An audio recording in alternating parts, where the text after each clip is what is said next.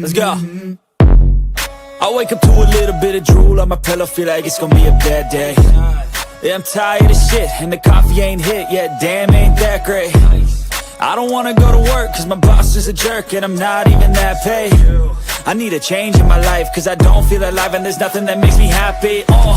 Hold my beer for a minute, I'm about to quit my job, cash in for a ticket. I'm going on a trip and I don't plan to visit. I'm gonna stay there till I feel like I'm winning, and this is just the beginning. I need a big change, help me feel like living. I need a big swing, home runs I'm hitting, and I'll never look. Okay. First time hearing the intro. Shout out to Jose. Happy Saturday to everybody out there in the chat rocking with us early, man. As you saw, it is no longer the tailgate. We are now here on Saturdays for All About the Hoops. We will still have my guy Guns Picks and Guns Picks and Wine Time Sports right here every Saturday, man. How you guys doing this morning? I'm great. Good to be here on a Saturday. We missed Guns last week. We missed him. We had a good show last week, but we missed him. Hope you had a good little vacay. And I'm ready to get back at it with you guys. Today's going to be a big day of college basketball. We've got NFL playoffs. We've got NBA. One more game of college football in a week and a half. But that's later on. We're talking, it's all about the hoops today, so I'm ready. Hell yeah. Guns, you ready for this transition, baby? I am, man. College football bowls have just been awesome. I went on a 14-1 run, and then I took a swift dick kick by taking the Oregon Ducks yesterday. It happens to all of us. But we're here to talk about the hoops. And now we're into conference play. Now we're going to be seeing a lot of competitive games on non-neutral floors. It's going to be an absolute electric time. If you're not part of the Pub Sports channel, you need to subscribe. You need to get into the chat and join us for this ride, because we're going to be doing this every goddamn Saturday. Let's go. Absolutely. What Guns just said right there, man. Shout out to everybody that is rolling with us. I see Crippy in the chat. Sweet Lou, that's my dude right there. Chill Will. Can't wait to see you at Pubapalooza 5. Chill Will. Stacks, already dropping his Stacks POD in the chat. You got Kentucky minus 11.5. And just one Stacks for right now. So Kentucky minus 11.5. Shout out to my dude Stacks. But we need y'all's help, man. Hit the like button, share the video, send it to somebody. As my dude Dutch says, man, you got somebody that owes you money, send it to them, because we're going to make you guys some money today. I know I got 3 best bets and a couple that I'm close to pulling the trigger on. Guns told me he's got 3 for you guys. Wine Time said he has NBA and college basketball for y'all. Kong's Clips, Gorky, maybe Billy. Everybody's rolling through, guys. So today's going to be loaded. And without further ado, let's get it going. Let's get a graphic up. I guess I'm going to jump into one that I want to talk about, and I'm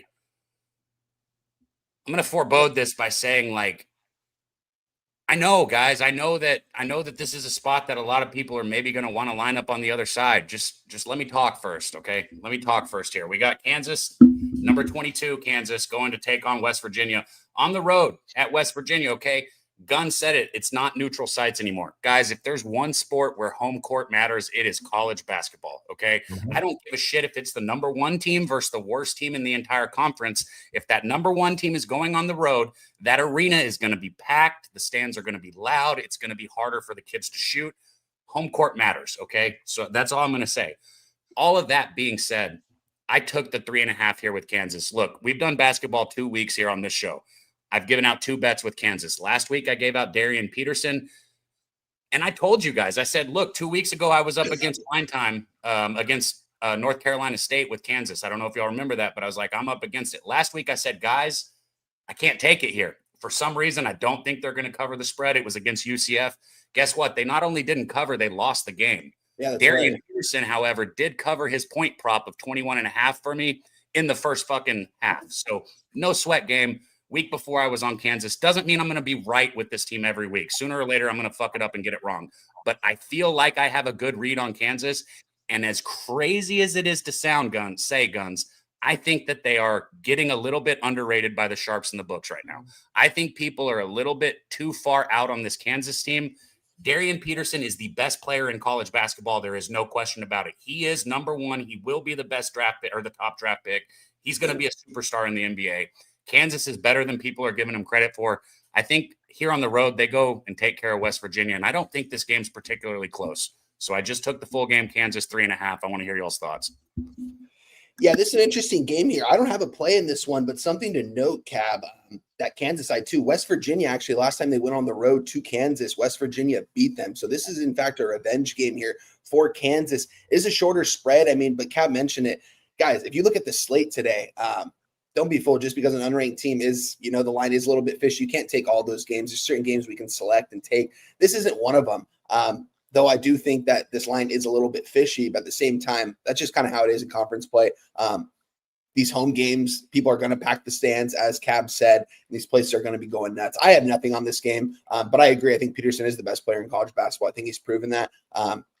He checks himself out of the game, and then he comes in and hits, the 3-point, gets fouled on the 3-point attempt to tie the game. I mean, guy's impressive, man. He's really good. I'm off this game, but I agree with your look on Kansas because it is, in fact, a revenge game. Guns, are you on this game? Here's what I'll say about this game. So you have to ask yourself the question. It's like, why is the line so low? I mean, yes, I do believe that Kansas is a strong team, and we're going to see that come to fruition as the season goes along. But why is the line so low? So the way I'm factoring it is we call this the sandwich type of game, right? You have this Kansas team that is coming off a huge 104-100 win versus TCU in their previous game, very narrowly close. And you got to remember that Kansas has a huge opponent on deck, and that is the Iowa State. Iowa State, of course, top 5 team, if not. I'm very high on this Iowa State team this year. I think they are very good on the defensive and the offensive side. But that's kind of maybe why the books are kind of adjusting this line so short, is because it's a look ahead factor. It has nothing to do with how good the team is or not. It just maybe get caught sleepwalking versus this West Virginia team. And West Virginia, when they're sitting as a dog this year, especially a single-digit dog, they are 3-0 ATS already. So that could be another factor on this one. If I'm going to be picking it, and I am very strong on home court advantage in conference. I think that is an absolute thing for a majority of conferences. Some stronger than others. But I think in this situation, I'm going to be on the West Virginia side.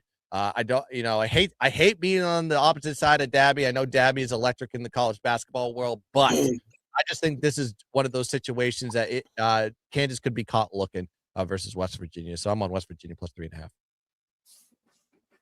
You're muted, Cab. I said you leaning the other way, or like on the other side? No, I'm on West Virginia plus 3.5. Well, fuck, I don't like that. So a little bit more, because we already got our guy Kong backstage ready to bring y'all best bets for the day, and we'll let him take that after this. But tiny bit more on this game. I want to say this about the Kansas team. The reason I made the comment that I think that the sharps and like the books are maybe wrong about them this year. Hunter Dickinson, man, like I'm so fucking glad I don't got to talk about him again this year. As I do it, I'm being hypocritical bringing him up. But look, when you look at some of these players like Council Jr. or, Trey White, who is somebody who I like that came in from Illinois. Good playmaker. These guys aren't what I would call necessarily superstars. They're very good college basketball players, but they're not good role players. Good role players. Good role players. There you go. And last year, Kansas tried to, and it was very obvious that they tried to build their role players around Hunter Dickinson being their quote unquote superstar, right? The dude wasn't a superstar. He was just a big body in the paint. That's all he was. And I could not stand watching Kansas play when Dickinson was down at that center position. And I think a lot of people are still thinking of Kansas as that team. Darian Peterson is not fucking Hunter Dickinson. I'll tell you that right now. He will pull up from deep and he'll shoot. He's shooting like 45% from 3 right now. He'll drive the lane. He'll facilitate the basketball. This will be a better team in March this year than it was last year. There's no question about it. That's the last thing I'm going to say on this.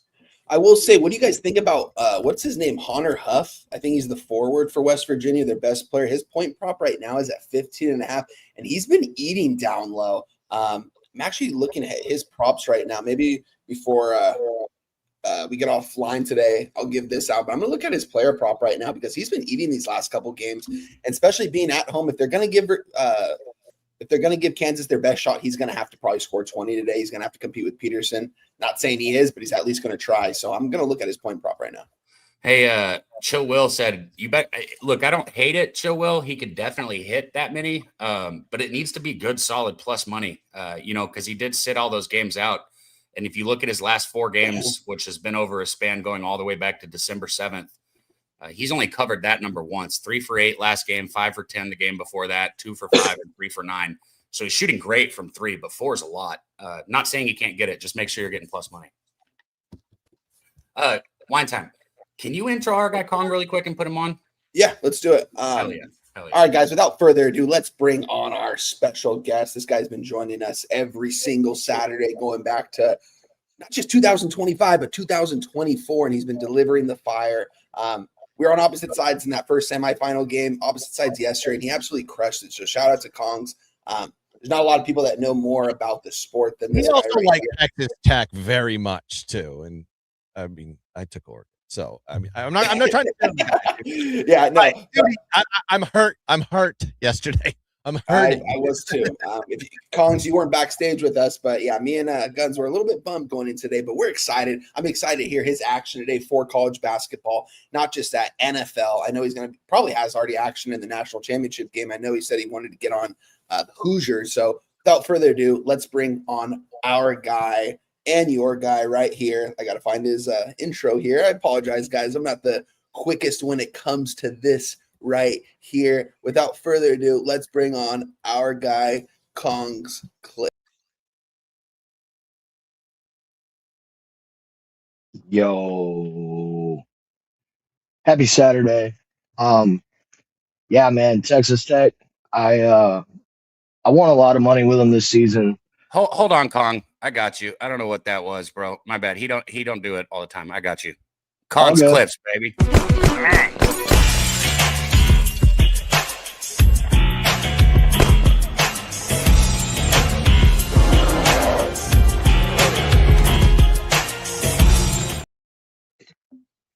Yes, sir. Happy motherfucking Saturday. Kong's Clips in the building. Intro is necessary. Best intro in the game. Kong's Clips, baby. Yeah, so Oregon, Texas Tech, man. I was on Texas Tech all year. We made a bunch of money with Texas Tech. Long story short, I still made money on the game. I had the under. I had the first. I had the under, and I had the Oregon team total under. Is my audio good, Cab? Yeah, it's good. Maybe a tiny bit of lag, but nothing too bad. You're good. All right. I went 6-1 in that week of college football. Only lost being Texas Tech. And then last night we cleaned up 3-1 on Indiana. We was on Indiana team total over, Oregon team total under. No need to be bummed out for your Oregon loss. Let me tell you why. Ooh, are we set up for a generational wealth spot? Indiana laying 7.5 against Miami. I tell you what, we're going to make some money next Monday. Indiana is going to slaughter Miami. This number is going to close around 10. They had to bring it out at a 7.5 due to what Miami's been doing. They've been beating these good teams. A couple of them they got through with their defensive line. Indiana's offensive line is going to stand up to this Miami defensive line. And Indiana's defense, the unsung hero of this team, going to cause problems, man. Miami's not going to be able to run the ball. Carson Beck's going to be forced to throw the ball, and we all know where that goes, man. We watched him play last year. Anytime this man is forced to throw the ball, it's trouble. If he can't lean on the run game, it's trouble. I'm on Indiana minus 7.5. It is a max bet. And I did put 10 units on it out the gate at the 7.5 because I know this number's moving. Minus 102 is what I got for the opening line. Tweeted it out last night. Great spot to make some money. Get in while you can. Indiana minus 7.5. They blow Miami out at Miami, and we have a new champion. As for today, I have no college basketball. I will touch on the Louisville game. I do believe Michael Brown Jr. is still out today. I did say fade this team while Brown Jr. is out. He's the best player on the team. He is the straw that stirs the drink, if you will. And they can't keep up without him. He's the distributor. He's the scorer. He can go get you a bucket. around him a lot better. So without him, I can't be on the game. Maybe they can cover the 21.5 today. I just can't do it. We do have a G League player on Louisville's roster, and he is supposed to play today. His name is slipping me right now, but he did come down from the NBA G League and is supposed to play today. I don't know. We'll see. If anything, I would fade Louisville just because Michael Brown Jr. is out. But I can't get there against this team. Ways to get paid today, man. Let's go to the NFL real quick. No college basketball, but I do have two NFL plays for you. Devontae Adams coming back into the lineup for the Los Angeles Rams today. Devontae Adams to get into the end zone against this Carolina Panthers defense. He is the red zone target. He is the goal line target. If they're in there from the 5, really anything outside like the 3-yard line, it's going to be a fade to Devontae Adams. Anytime touchdown minus 140. Devontae Adams 2+ touchdowns plus 470. Plus 470. Devontae Adams 2+ touchdowns. That's how Collins Clips is getting paid today. Make sure you tune in for the NFL Pub Hub Special Edition Wild Card 2 p.m. today. Love you guys. Appreciate you for having me. Let's go get some money in the national championship because it has always been and always will be the Hoosiers. Calling them out.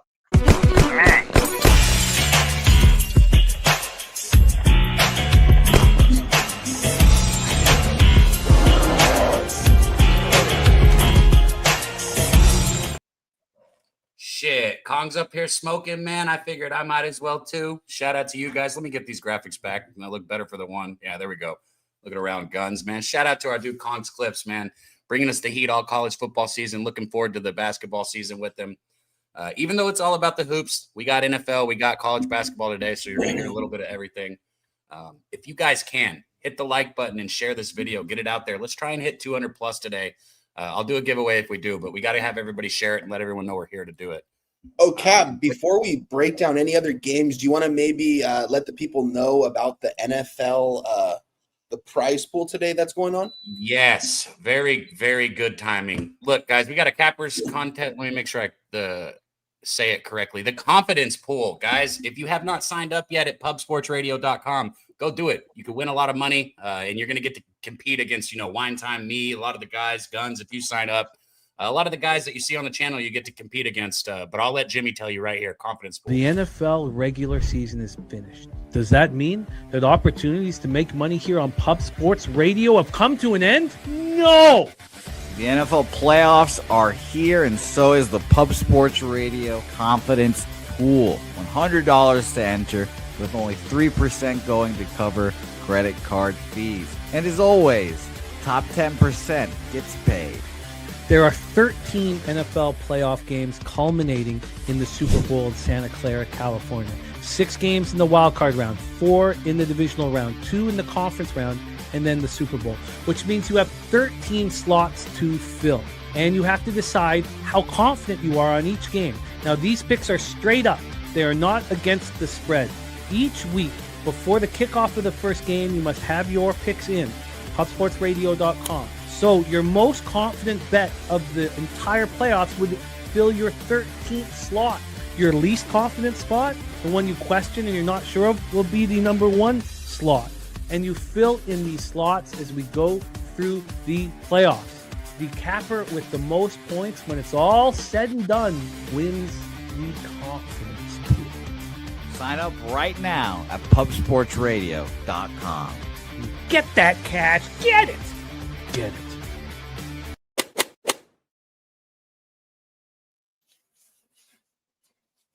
You're muted, Cab. Of course I'm muted. Pub Sports Radio, baby. Go to pubsportsradio.com. Click into that confidence pool, man. We'd love to be there with you guys, play against you guys. Anyways, like I said, man, we're going to get the graphics up, and we're not going to really stop again. Steve G, good to see you, man. Kong's Clip still in the chat. Julian, can't wait to kick it with you again at Pubapalooza, man. Chill Will, everybody, man. We'll keep it rolling, though. Get the graphics up. You guys got one of the – I'll take turns picking. I tried to get a lot of graphics. Do you see one in there you want to jump to first, Wine Time? Guns, I'm going to leave it up to you. What game do you want to talk about next? Yeah, you know what? The game I want to talk about is an early game here. Let's talk about Nebraska versus Indiana. Yes. Yeah. I better have that. I got it right here. You want me to intro it, Guns, or you want to take it since you picked it? No, let me intro this one. I mean, there's going to be an electric time here in Bloomington, Indiana. But when you look at this Nebraska team, they're undefeated, strong all year. But you look at the numbers there for how they performed. There's a little bit of, I think, a mismatch, and I think it favors the Indiana side here with the Hoosiers. 45th, you have Nebraska that's 45th in offensive efficiency, 58th in field goal percentage, and they're 18th in 2-point percentage. They're weak on the boards. They're 286 in the country in offensive rebounding, and they're not very good outside the arc. They're 177th in 3-point percentage. But they're going against an Indiana defense that's 28th in the country in defensive efficiency. They're 9th in defending shots, a lot of low field goal percentages when you go against Indiana. They're 53rd in defensive rebounding, 11th defending the 2, and they're 12th in defending the 3. So I think it's going to be a little bit difficult to get shots up here for the Cornhuskers. Second true road game here for Nebraska as well, 2-0 straight up in ATS in those positions. However, they are 1-3 ATS in their last 4 games, and they're 8-1 to the under. So maybe a little bit enticing to take the under in this game, knowing that Indiana can defend against this Nebraska offense. Indiana has won the last 4 games by margin. If you go look at the numbers, granted, a lot of that competition is a little bit weaker, but they're doing the job and beating teams inferior to them. Their last 2 games, they've won by double digits as well in conference. Indiana has also won 10 straight home games this season, all by double digits. And you have a Nebraska team that is just undefeated. This team, when you see a ranked dog on the road going against an unranked favorite, you got to take the favorite every single time. This line is moving. I see 4.5 starting to hit the board. I did get it at 3.5. I still think it's good. I think Indiana absolutely smokes Nebraska here and gives them their comeuppance, being a 15-0 team. Give me Indiana, the Hoosiers, minus 4.5. And I don't mean Signetti. They fucked me yesterday. I'm going with the Hoosiers in basketball, minus 4.5. You sure? Indiana's a football school, Guns. I know, but we'll see if they can. Ain't that funny to say, though? Hey, this Nebraska team, God, if there's one team that I already fucking hate this year, it's them. I'm sorry. Really, I've tried to fade them twice, and I've fucking been wrong both times. And I keep trying to stick with my narrative of maybe that they're not as good as their record indicates. You know, sitting at 15-0, ranked number 10. And I still don't think they're going to end the season as good as they're playing right now. But I'll be damned if I'm going to line up and take another L against them. Personally, I'm off this game for that reason. But I would agree with Guns, even though Indiana is not going to be as good this year as they have been in years past. This is one of those situations where everybody heading to that stadium knows that Nebraska's undefeated. And this environment, this arena is going to be what college basketball is all about. We talked about it a couple times on this show today. This will be that. This place is going to be fucking livid. It's going to be live. Everybody's going to be on their feet. Nebraska's been there, done that, though. They've had a target on their back this year. So I do think it'll be a very good game. I kind of lean under the 150.5, if I'm being honest. But there's no bet for me in this one. Absolutely. Yeah. Wine time. I'm on Indiana here. I'm with you, Guns. I'm on the 4. I can still get the 4 available at an affordable price at minus 110. I'm seeing all the legal books move this to a 4.5 as we speak. This just doesn't really make a lot of sense if you look at this line. And I'm trying to catch a falling knife here at this point. I don't think Nebraska's just going to keep rolling through games, especially in conference games. Give me Indiana. There's a reason why they're nearly a 5-point favorite at home against the number. What's Nebraska ranked right now? Are they really 10? Yeah, they're 10. No, what do you mean? Yeah, they're 10. What? I get it, but I just don't. I haven't liked this team all season long. Going back to the beginning of the season, I'm going to try to catch a falling knife right here with Indiana. I think Indiana at home in Bloomington, Indiana. This place is going to be rocking. They're on their way to a national championship. Everyone's going to be at this game. This is first in the morning too. 9 a.m. game for me over here on the West Coast. So Big Ten Network, give me Indiana. They're going to smack these guys. Also give me Rink Most over 15.5 points, minus 110. He hasn't hit this number the last 2 games. He's been averaging nearly 16.5 points a game. think he's going to eat against Nebraska today at home. So I've got 2 plays in this. I've got a player prop, and you guys know me. I don't give out player props a lot. Usually leave that up to my guy, Daby Cab. But to me, this shouted at me when I capped this game. So Indiana -4 and Rink Most over 15.5 points. You said 15.5 is the number? 15.5 at -1. Let me just pull this up really quick. Right now it's -115 actually.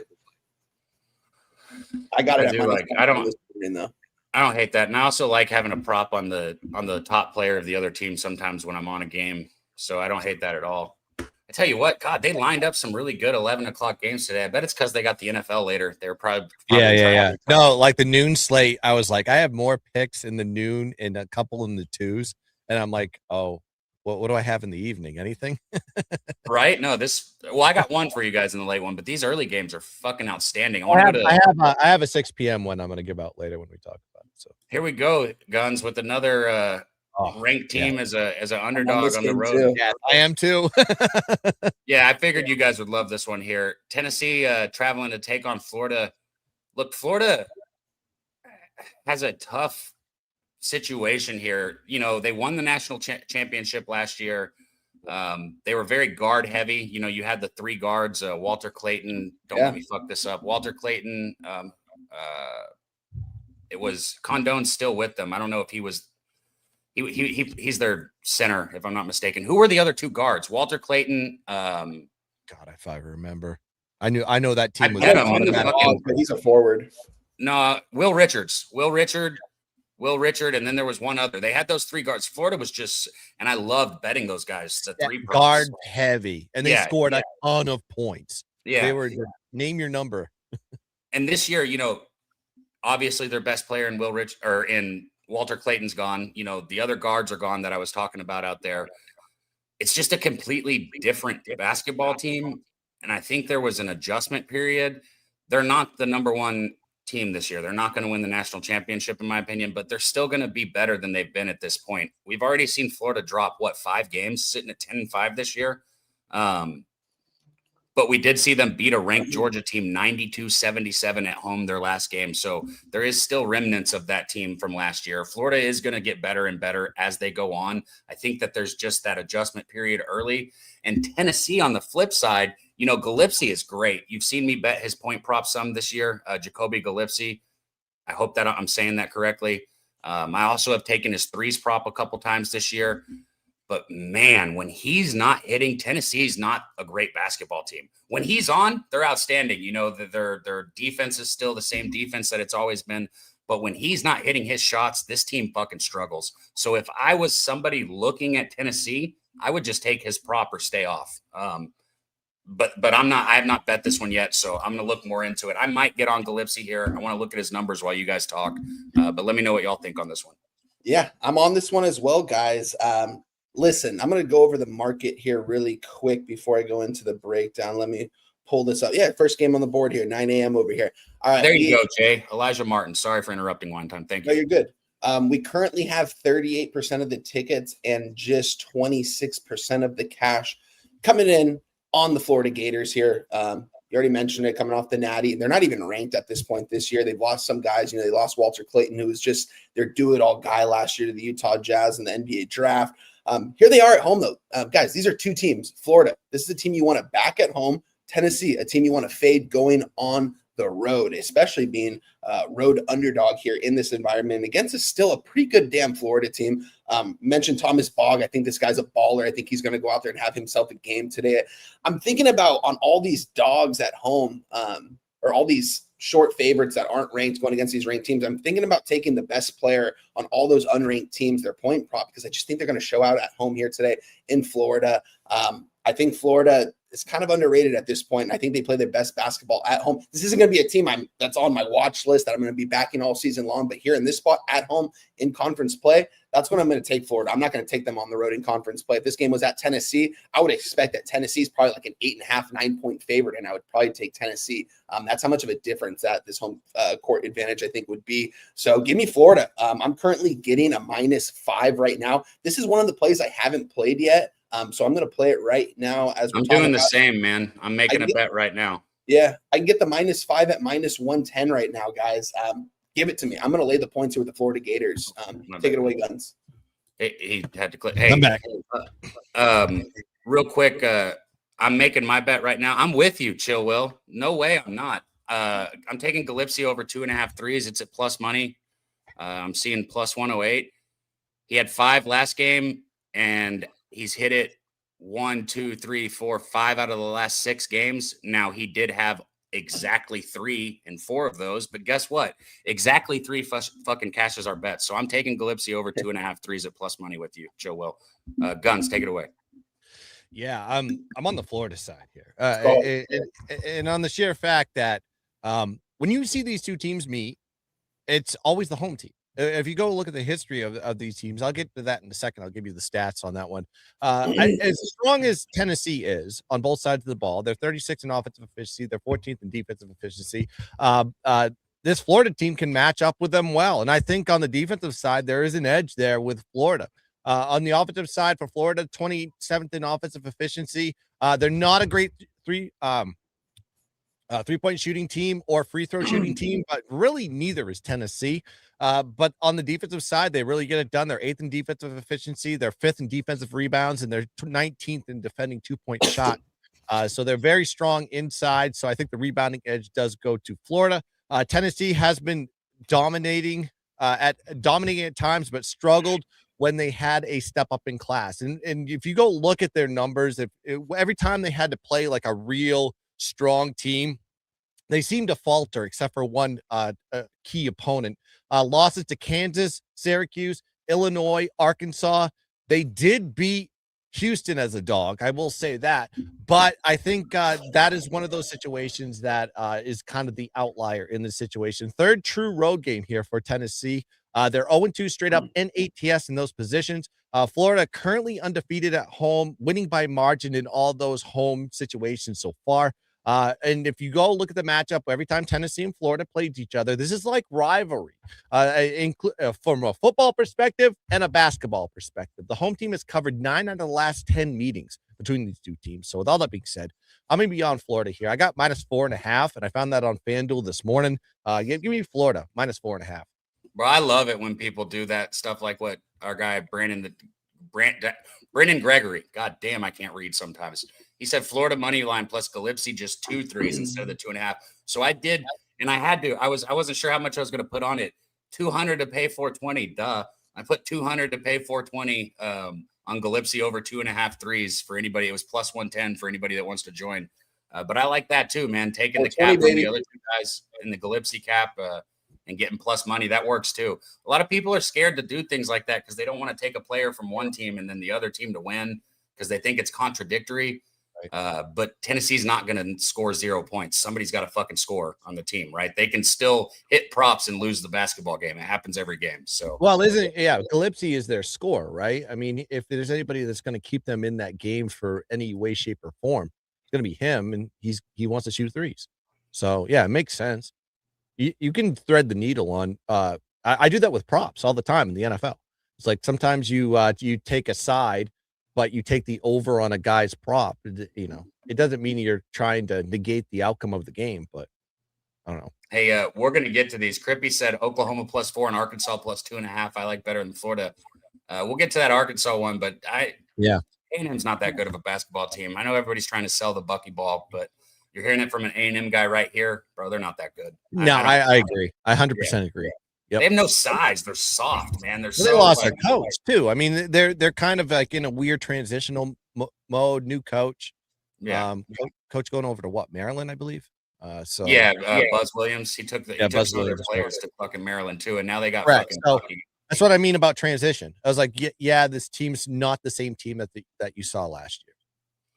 So here's another big early game. I think this one actually might be at 1 o'clock your time, 12 mine, so a little later. But yeah, another look, and this one's the spread's even lower, right? You got number 7 Houston traveling to take on Baylor here, and this is a Baylor team that I have actually found a way to make money on at the right time this year. But I mean, you're not used to seeing Baylor unranked at 10-4 at this point in time in the season. Yeah. This has been a unit that's top definitely top 25, but top 10 most every year in and year out. So, I've been on Cameron Carr for Baylor, their guard. I've been on his point prop some. He's a baller. They still got some players. They're just small, man. They're a little undersized. One thing I will say that'll help them here in this game, though, is this is a Houston team that's not built the same as they have been in years past. Still sitting at 14-1 and ranked number 7. Obviously an absolute force of a team, but they're not as defensive as they've been. Samson's defense is still going to come through, but it's a personnel thing. Like, you had some players in this Houston lineup last year, like Juwan Roberts, who had played with Samson for, years and really understood the defense, the different pressures that they shift on. And now you're looking at some of these players on this Houston team, like Fleming's, the freshmen, who are a bit more run and gun style, right? Want to shoot it from, outside a little quicker in the shot clock, not going to hold it till the end. You still got Sharp and Uzan and some of these players that we're used to seeing here. But those guys have always been guys that can play faster if they want to. I think they chose to slow it down. So Houston's playing a little bit faster basketball this year, not the exact same team. And this looks like an absolute trap line. I get it. Sign up for Baylor. You're going to hear Wine Time and Guns tell you Baylor's probably the side, but I bet Houston first half -1. That's where I'm at. Y'all do what y'all want with the full game. Take it away, Guns. I'll go after you. Yeah, I'm not on this game, and it's on the fact that, Baylor's, you can't trust them as a dog. I think they're 0-3 or 0-4 ATS dog this year. Every time they play a big opponent, they seem to falter. And the last game was a perfect example of that against Iowa State when they lost by 10 as a 4.5-point home dog. And they're going against another top 10 team in Houston. And you could say that Houston has taken a little bit of a step back. When you had 26, 27-year-olds on your team kind of running the joint for years, you're going to have a little bit of a step back because, you're dealing with a lot more youth than you're used to. But this Baylor team has given me zero confidence that they can go, especially as a short dog, that they can come into this game and take care of this Houston team. It feels square. It really does. And Houston, this is only their second true road game of the year. Their other one was against Cincinnati. They did get it done 67-60 as 5-point favorites on the road. And that you could be seeing the same outcome here. I trust Houston more than Baylor. I'm not going to be playing this one officially, but Houston is the only side to take on this one if I had to lean. Yeah, the only side to take in this one, guys, is the first half, and I am on the Baylor Bears first half. I just told you I was on Houston first half. What do you mean the only side? Bad luck. Listen, guys, I'm on Baylor here in the first half. I don't take a lot of first half plays. I wanted to stay away from the full game because I'm not sure how Baylor is going to go 2 halves against Houston, but coming off 2 consecutive losses, not 2 covers either against TCU and Iowa State, very respectable teams this season. Houston, they're playing some good basketball right now. Is this the same team in years past? I don't think so. I think you talk about a guy like Cameron Carr, the guard for Baylor. I think he's going to have himself a game today. Look at his point prop right now. I think it's at 18.5. They know something. He's going off here. He hasn't hit this prop the last 2 games either. But they're back at higher every game. Yeah, but they're back at home. I think that place is going to be rocking in Waco, Texas here. What is this, Foster Pavilion? I think this place is going to be rocking. So give me the first half. I'm sticking with the first half. I'm staying away from the Cameron Carr prop, but I do think that if they're going to hang tight in this first half, he's going to have to score at least 10 to 12 points in that first half. So I'm going to be looking for him to go downhill, attack the basket, get to the free throw line, make his free throws when he gets there. Really talented player. Not saying he's the best player on the court. I think Houston's the better team here, but Baylor coming off 2 losses. Houston 14-1 this season. I'm going to try to catch a falling knife here with Baylor in the first half. So give me him +1.5, -110. Shout out to our guy Julian with the $9.99 donut. He said his early bets. Nebraska +4.5, Louisville -21, Tennessee +5, but his best bet is St. John's +1.5. Shout out to you, Julian. Again, I can't wait to kick it with you, man. And everybody in the chat, man. Everybody hit the like, share the video, man. Get it out there. It's a little slow today. I know it's an NFL day. People aren't transitioning college basketball, but we got all the real supporters still in the chat, so thank you guys. Chappie said Bucky is a good coach, fast play, working well, and Buzz looks like shit at Maryland. I agree. I'm fine with Bucky over Buzz, and fuck Buzz. He took players with him. I don't like the way he left, but I still stand by what I said. A&M's, they're not that great this year. maybe they'll figure it out. It's a rebuilding year type thing. So I hope they get better. They're just not as tough as I would like them to be. Shout out on to the other side. Houston, first half, man. Look, and my thing is, everything you said makes perfect sense. Baylor's off 2 losses. They're going to need to bounce back. They're at home. This is Big 12 conference play. Houston's on the road. Houston just went and beat Texas Tech in a very close, drag-out basketball game. I get it. I have something that I do in college basketball, and one day it'll probably kill me. But to this point, the last 3 or 4 years, it's made money. And that is when I get a team that I trust, like Houston, close to a money line in the first half on the road, I take it. I don't go full game. I go first half. Doesn't mean I cash this bet, but I have to make this bet. I just have to. So that's where I'm at. We've got shout out to Julian Cesaro. Didn't give him a shout out for that dono. I know you did, Cab. Shout out to Julian Cesaro. Love my guy right there. Give him a follow on X. He shares all of his plays every single day, absolutely for free, guys. One of the better dudes out there. Shout out to him. Yeah, I mean, I get it. The whole chat right now, too, is saying Houston. I just counted, I think, 8 different cappers are on Houston in here. Not one person is on Baylor. So definitely don't like it, but we'll see. Not on the game. I'm just going to say that. I'm going to preface that. I don't. Shout out to the little super sticker. Logan Beast, my buddy right there down in the Santa Clarita area in California, a little $2.99 super sticker. But yeah, me and Cap, we're on opposites in this one. At least one of us is going to get that cash. So let's get to it. And shout out to Nasty Motherfucking Nate gifting a One Pub Sports Radio membership. Hey, donos are coming in, guys. The dono train. We only got 60 people in here, but people are dropping those donos. We appreciate it. Should I tell you what? Was that 3 donos you just highlighted? Yeah. This is 1,000 milligrams. It's 100 milligrams of gummy. I'll go through 3 of them. Every time we get one, I'll do it. I'll eat all 10. Last time you took one and you were fried. No, I took a couple last time. Oh, was it a couple? What'd you say, Guns? I said, what are you doing? Eating these. I'd give you You one. hold this show. Well, so that was 3. So I don't know, man. I don't know how strong that shit is. I'm just Wow. Daby Cab. Kristen Hess, $20 super sticker. Shout out to you, Kristen Hess. Well, let me add another gummy to it, so that'll be 400 milligrams. By the way, shout out Kristen Hess.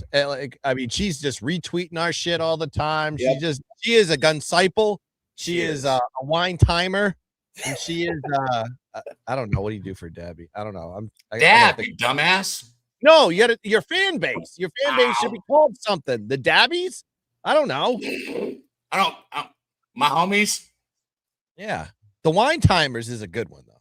The wine timers. Bro, these things taste so bad. Oh, they always great. do. That's why I got them again, but they taste so bad. I can't stand the taste of edibles. That's why I don't eat them. I can't do it. But shout out to you guys. Kristen said, love you guys. We love you, Kristen. Hopefully you're able to meet us in San Antonio this year. I'm sure the Dawn Slaughter will get you around for all the donations you give every single day. So shout out to you. And shout out to Nasty Nate again for gifting that Pub Sports Radio membership. Can't wait to kick it with my guy in San Antonio here. Gorky. Gosh damn. All right. Does that mean one more gummy for you, Cab? They taste so bad. Yeah. Shout out to the Goracle. You're gonna get fucking bombarded. And it doesn't taste like fucking weed. It tastes like distillate or like whatever they infused it with. Like I can tell. Shout out to you guys. Let's go to another game that we haven't talked about here. We talked about this. Let's go to this one right here. Let's go to ACC play. SMU at Duke Blue Devils here. 2 ranked opponents. SMU. Going into this season, this wasn't a team that was on my radar by any means, and they've been playing some pretty damn good basketball to start this season. The first couple months, we'll see what happens as they get into conference play. But we got Duke Lane at, 13.5 right now, guys? I mean, this is top 25 team, by the way. I love you guys, but I'm going to pass out by the end of the show. Let me read this really quick. We've got 53% of the tickets and 85% of the cash coming in on the Duke Blue Devils. We're seeing this line get up to a 14 at some books right now, 13.5 at most books. With all that money coming in, I'm surprised the line's not moving towards Duke even more. Duke would be the only side I would be on here at home, laying double digits against another ranked opponent. SMU, I think Duke outmatches them everywhere on the court. I would take Duke laying the double digits. I'm just not going to do it. I've got enough action. This wasn't a game I wanted to get involved in, and not seeing the line move towards Duke, I'm going to stay off this one. Cheng Kim said, Cab, take a shot with that gummy. My boy, it'll taste a little better. You're probably make right. It go down quicker, man. Well, I just had my 5th one, and Old E dropped a membership. I'm a man of my word, but I want to be clear. I've only got 4 left and 3 after this. So cheers, Old E. That's what I'm like. I can't even do 100 plus 7. That's 700 milligrams now. Out. Yeah, shout out to Oldie, always showing the fellas support. Hopefully Oldie makes it down to SA this year too. Love to kick it with that guy. But shout out to all you guys for gifting all these memberships, dropping all these donations. It helps the channel a ton. Gets us in the algorithm a little bit more too. But you guys got to hit the like button. We don't have enough likes right now. Hit the like button. Let's get up to 100 likes, guys. You guys Man, we got one person that runs this whole thing at Pub Sports Radio. So like when you guys get back, it helps a ton because it ain't easy to run something like this with just, one person, right? So shout out to Jeff Slaughter and shout out to you guys for supporting the channel. Thank you guys. I just hit the like. Yeah, Nate, these, like when you can taste the distillate, like in the edibles, like, I don't know, like it's like spicy almost. Like I could taste them. Like they're strong. They're really strong. That's probably what it is they're not like 10 milligram gummies. They're like 100 milligrams. So Chappie Funk, sheesh, Daby, a man of the medicine. He's a man of the reefer, guys. Shout out to Daby Cab. He's getting lit up on here with us off the edibles. So I'm gonna end up having to leave one aside just for the fucking hangover tomorrow. And if you're like, oh, you can't get a hangover off weed, well, you've never ate 1,000 milligrams. Yes, you can. Not from smoking, maybe, but if you eat too much edibles, you're gonna feel like shit in the morning. Like fog brain. You get fog brain. all right, guys. Do you guys have anything in this game? This is a pretty big I'll talk about this game for a second. I'm just trying to explain the line to people. There's a reason why Duke is a double-digit favorite on this one, is because the strength of SMU and what makes them a relatively powerful team, at least a top 25 team, is their offense. They're 15th in offensive efficiency. They shoot the ball well. They're good inside the paint. They're 57.2% inside the paint. They're a good free throw shooting team. They're top 25 in that category, but they're going against a Duke team that is top 10 in defense. I mean, this is a very good disciplined defense that John Shire is bringing to the table. 10th in defensive efficiency. They're 18th in defending shots. They're a good rebounding team. They're strong inside. And their offense is top 10 as well in most statistical categories. However, this SMU team is 75th in defensive efficiency and 105th in defending shots this season. And when you see a ranked opponent going against a ranked opponent as a double-digit favorite, you got to take it. This is 12.5 we're seeing in this graphic right now. It's up to 13.5. Yeah. And the line is moving upward. That is a key indicator there that it's not only the public that's hitting this one. It may be a collective, a collaborative with the public and the sharps on this one. Because, Wine Time just talked about the money. The money's important more than it is the tickets. You could have 80+% of the tickets, but you could have 90% of the money. It just gives you a little bit of an indicator on this one. It may seem square, but I know that Duke is coming off a good road win versus Louisville. But I think Duke playing in Cameron, they really have kind of underperformed lately in Cameron, especially in the last couple of weeks, but they're still getting W's. I think in this situation, we're going to be looking at Duke. I wouldn't even take them on the first half. So if you see this, if you see an indicator that this game may be close in the first half, maybe a good second half line. I've noticed that like Cam Boozer never plays a good first half. He always plays really flat in the first half. And then all of a sudden, the second half, you get to see what a star this kid is and why he's going to be a top 5 pick in the draft next when the draft comes out this year, I guess. So we'd say that in 2026. But yeah, I like Duke on this one. Minus 13.5. I think Duke was by 20.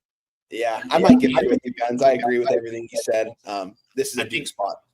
I think a lot of people too. Gorky, I'm setting this one aside. As soon as you're on screen with us, that one will go down for your dono too, man. But I'm going to wait to cheers it with you when you're on screen with us here in a little bit. But is your nickname the Big Juice, Wine Time? No, but I think I think I know who Dizzy Donut is. I don't want to say it out loud. But he's my guy right there. I don't want to say it, but I know who Dizzy is, and he calls me the Big Juice. Shout out to Dizzy. Oh, Juice. I thought you said Big Douche. I was like, no, Juice. It's a Wine Time. Those gummies are kicking in. I'm about to say, why'd you just call Wine Time the Big Douche? What a dick. Yeah. No, the Big Juice. No, okay. You're freaking out, man. Shout out to Dizzy Donut, always showing a lot of love and support. I gotta. No, you're freaking out, man. Man, here's what I'm gonna say on this one. You look at these games and you see number 7 only favored by 2 points against an unranked team. You see Tennessee, an unranked team,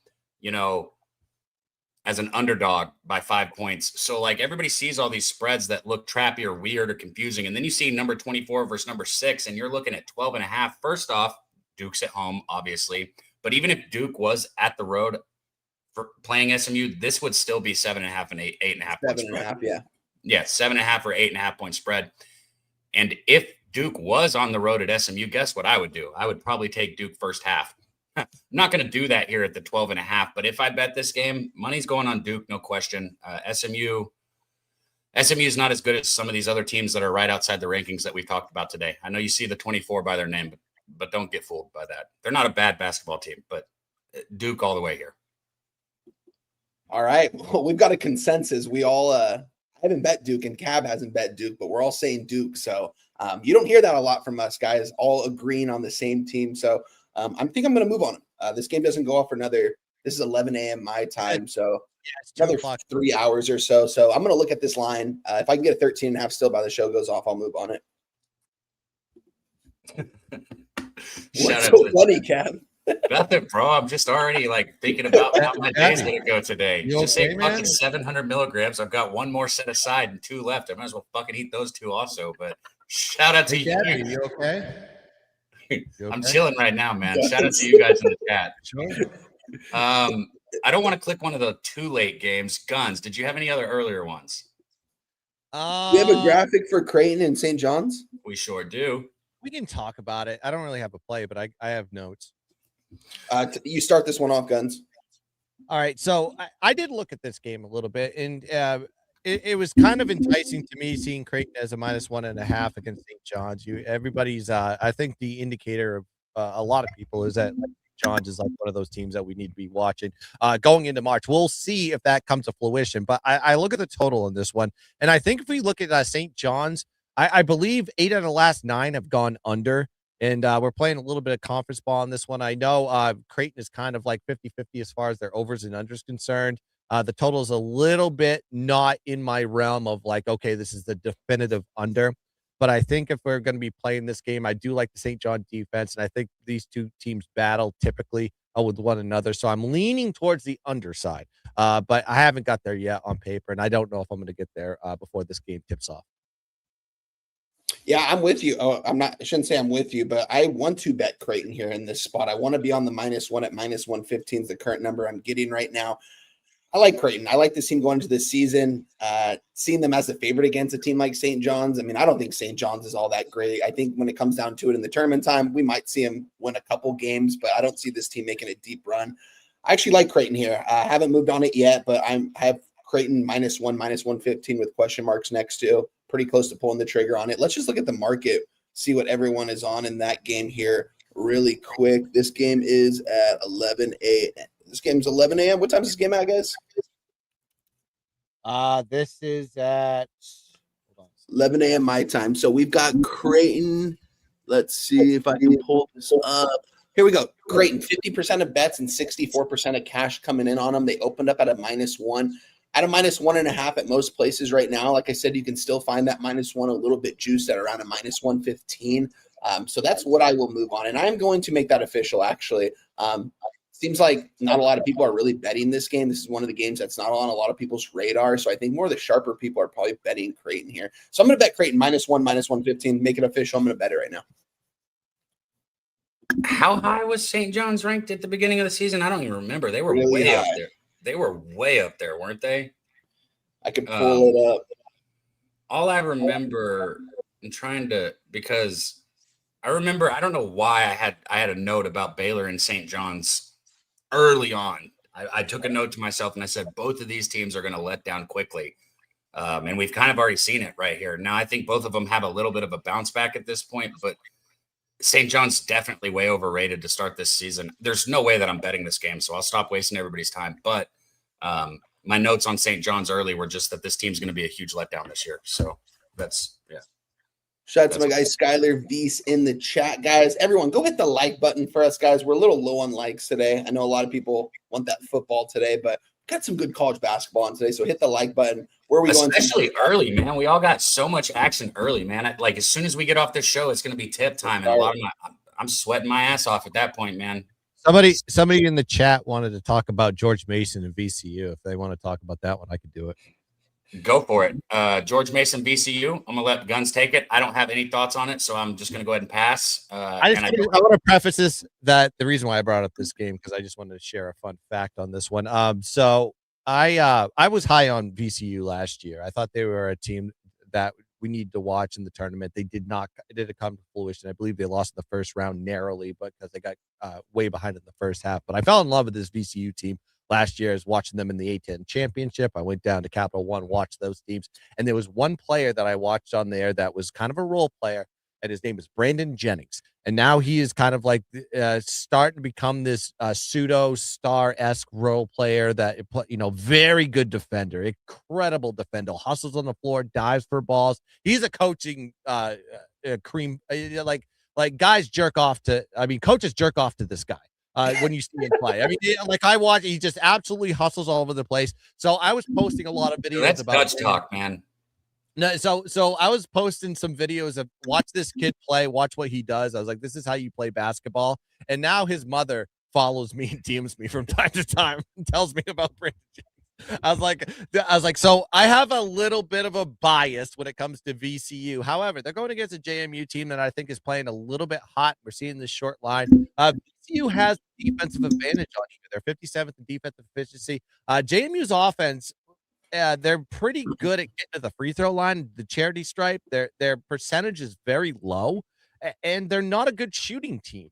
They kind of I would call them inferior to this VCU team, even though they're playing at home. JMU, very tough place to play, going on the road on this one. But I think VCU has some validity of taking here. So if I'm going to be taking this one, I'm going to be taking VCU money line, and I'm going to trust Brandon Jennings and Brandon Jennings' mom to get it done. I'm sure she'll text me today and say we won again. Yeah, let's go. VCU, money line.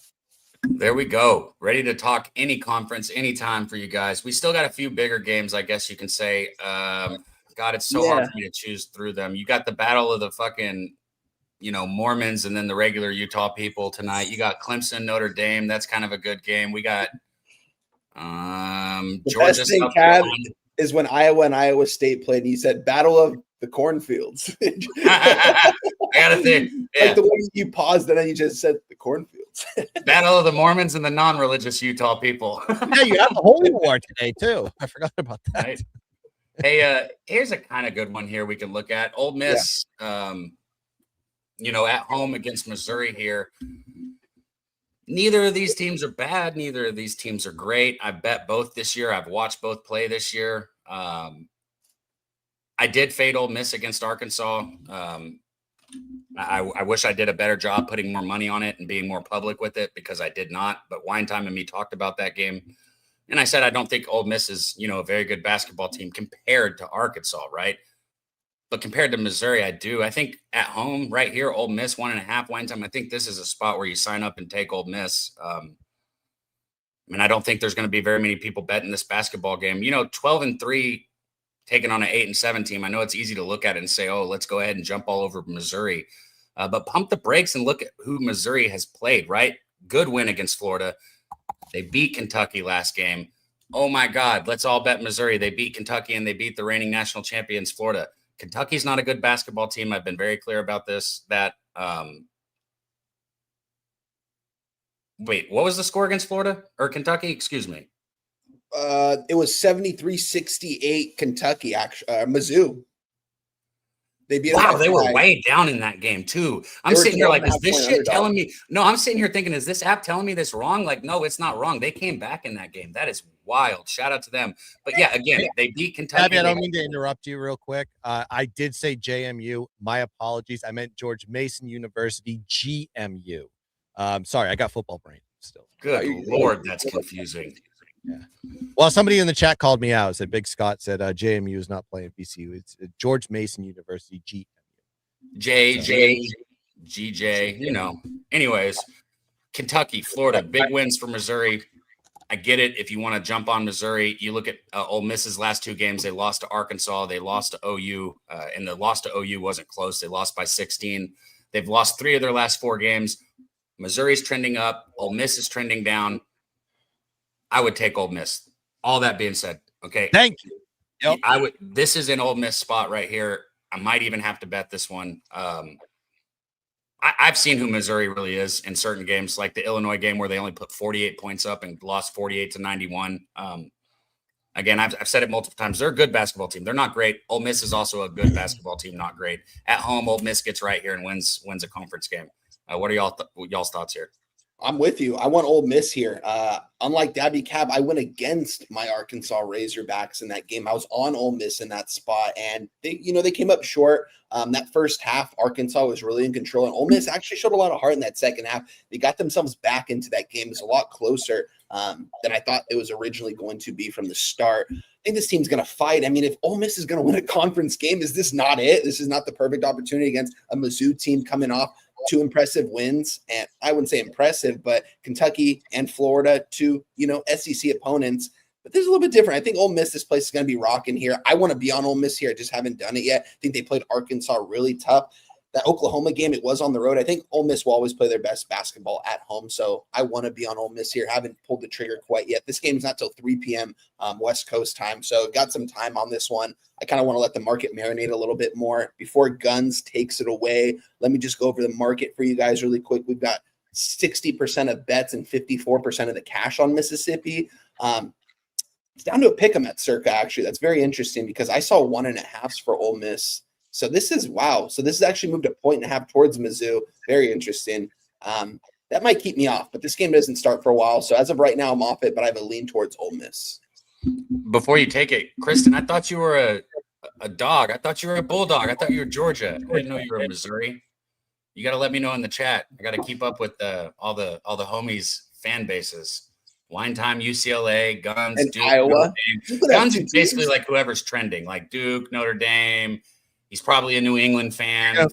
Matter, but yes, of course. I mean, I'm from. Am I right? Oh my God, no way. From New England, though. That's the thing is, like, if you know anybody from New England, this is the fan base. I'm sorry, like, there's no real college basketball team to follow there, so a lot of people are Duke. Now, how do you think Cooper Flagg became a Duke Blue Devil? Is because his family, who lived 30 minutes up the road from me, was a Duke fan.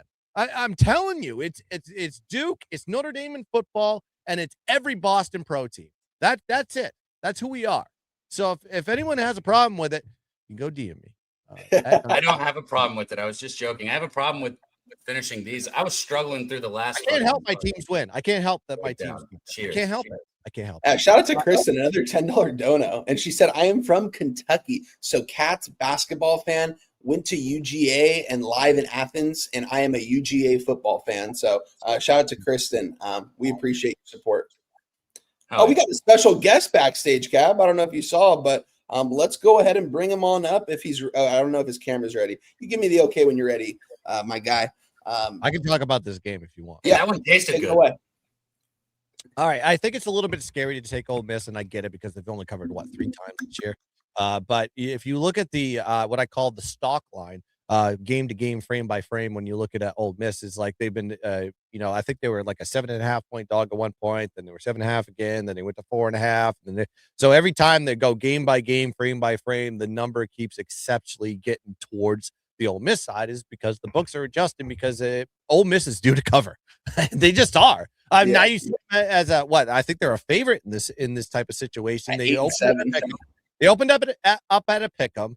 Now they're minus 1.5 roughly, and it could even get, I said that, the money's moving towards Missouri, kind of. I think the line kind of went upward, and then it kind of like is teetering right around with the Mendoza line where the sharps are buying back here and there. Who knows? But I just think that Ole Miss is probably like destined for a win eventually, and I think they get it here today versus a Missouri team. They're just overdue. Sometimes teams are overdue, and we need to take advantage when the stock is low on a team. So Ole Miss on the money line, I think you get it at minus 128 or minus 125, depending on what books you're looking at on this one. So that's the way I'd look at this one. Ole Miss or nothing for me. It's Ole Miss or nothing for all of us on screen, guys. So that will tell you something. Let's go to our next. What does it tell you? Hey, that none of us have bet this game, but we're all leaning towards Ole Miss. Let's go. Like I said, like they haven't covered. That's the problem. Is like three games all season and they're long. 8-7 right now. They're almost not even a 500 team in the SEC. Hey, like that's absolutely crazy. My dude Dutch in the chat, man. The whole time when I posted this shit, it don't feel right, man. All about the hoops. Dutch came up with the name, man. We need.